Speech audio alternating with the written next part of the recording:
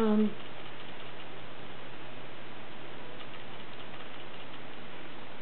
I'm sorry, I can't remember where I left off. Let's see. The defining moment for me was when my father, who had been so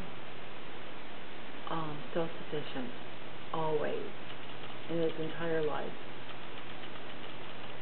couldn't do anything more for himself, you know? And so Mom needed to get him moved from his bed to the hospital bed. So there was me and Donnie, my sister Carla, my mother, and two friends of my mom and dad's, Mike and Nancy. And I guess Mom got tired of putting underwear on Dad, which made sense to me because he never wore underwear anyway, especially not to bed. He just never wore clothes to bed, hated them. And so she pulls the covers back on my dad, you know, and there he is in all of his glory. In fact, last weekend I saw a lot more of my dad than I ever intended to see. Up close and personal with Dad, you know. So, anyway, Mike and Donnie got Dad, and he kept saying, please don't drop me, please don't drop me. He just didn't know where he was at in space and time, you know. Just the cancer had completely, he was so disoriented, you know. And Dad was 6'1", and by that time he was about 130, maybe 125 pounds, so he was very slender. He just didn't feel like eating anymore, you know. So Donnie and Mike, Mom pulls the covers back, and there's Dad, and Nancy goes, ooh. She jumps out of the room, you know, because Nancy didn't want up close and personal, you know. So there's Mike and Donnie holding my terribly slender Dad, and him saying, please don't drop me, and them saying, we're not going to drop you, and putting him in that bed. Two grown men who loved my father, very different ways, you know, taking care of him at a time when he couldn't do anything at all for himself, you know. Daddy did not want a fancy funeral. He was a very simple person and did not like fanfare. In fact, he didn't like noise too much, and he didn't care for noisy people. Go figure, he liked me. And poor darling, he's such an introvert, and he got dropped right into the pack of extroverts, my sister, my mother, and I. Oh, God help him. No wonder he used to turn down his hearing aids whenever we were around. But Mom decided to have something at their house. From 1 to 2, people invited for like a little service, and then from 2 to 5. Like an open house where people would mill in and out, you know, whenever they wanted to come over. So we had about 30 people that knew my dad from 1 until 2,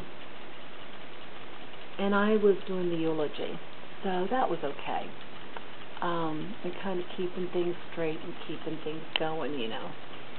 I want to read what I wrote. Bear with me because I can't look at you and paper too, you know. I read about a woman who stood to speak at the funeral of a friend. She referred to the dates on his tombstone from beginning to the end. She noted that first came the date of his birth and spoke of the following date with tears. But she said what mattered the most was the dash between those 2 years. For the dash represents all the time that he was here on earth, and only those who loved him know what that little line was worth. For it matters not how much we own, the cars, the house, the cash. What matters is how we live and love, and how we spend our dash. So when your eulogy is being read with your life's actions to rehash, would you be proud of the things they say about how you spent your dash? I did not know my father. I know the events that mark my father's life, his dash, if you will, but I did not know him. I know it seems as strange to say as it is to hear, and it's a terrible confession to make at a time when we're taking this time to remember him. But I don't have that typical father-daughter relationship that my friends seem to have with their fathers, and it bothers me. You know the one I mean, where the father calls his daughter Pumpkin and sings songs like Butterfly Kisses at her wedding. For me, Daddy was the quiet man who didn't speak much unless it was functional, like time for bed or stop fighting with your sister, or if you pop that gum one more time, it's going out the window. And it always did. I've spent 48 years trying to figure him out, but Daddy is still a mystery to me. And like all true extroverts, my nature would not allow me to leave it alone. I had questions that needed answers, and questions like, why did he prefer his dog to most people that he knew? And why did he seem so sad sometimes? And did he like Caitlin and Donnie the best? Yeah. How could he lose 5 pounds by not eating half a sandwich when I could think about a sandwich and gain 10 pounds? He was tall and slender, and I am short and fat. Maybe I really wasn't his daughter at all. And who was Vera, the name of a girl on the back of an ID bracelet he owned? How did he know how to build a house, work a VCR, can vegetables, and lash baskets? How did he learn how to make the best ribs ever? And did he like me? Did he need me? And did he love me? And why did you have to die before I got to know you? Was it even possible to know you? When we learned that Dad had cancer, something changed in our family, in my dad, especially in the last 6 months. Hugging became important, and words were spoken, and prayers came in the form of tears. There was a care that rooted and grew. I saw glimpses of a different side of Daddy. All of a sudden, this man who was so self-sufficient needed us. And the gift in his illness is that we got to take care of him and show him how much we loved him. The night before he died, he was delirious but still had moments of clarity. In one of these moments, he turned to me and said, "You all really want me to stay, don't you?" We did want him to stay, but not like this. I told him, "Daddy, we love you, and we know you love us, but we're waiting for you to die. You have said you wanted to die, and now it's time for you to go." He took my advice.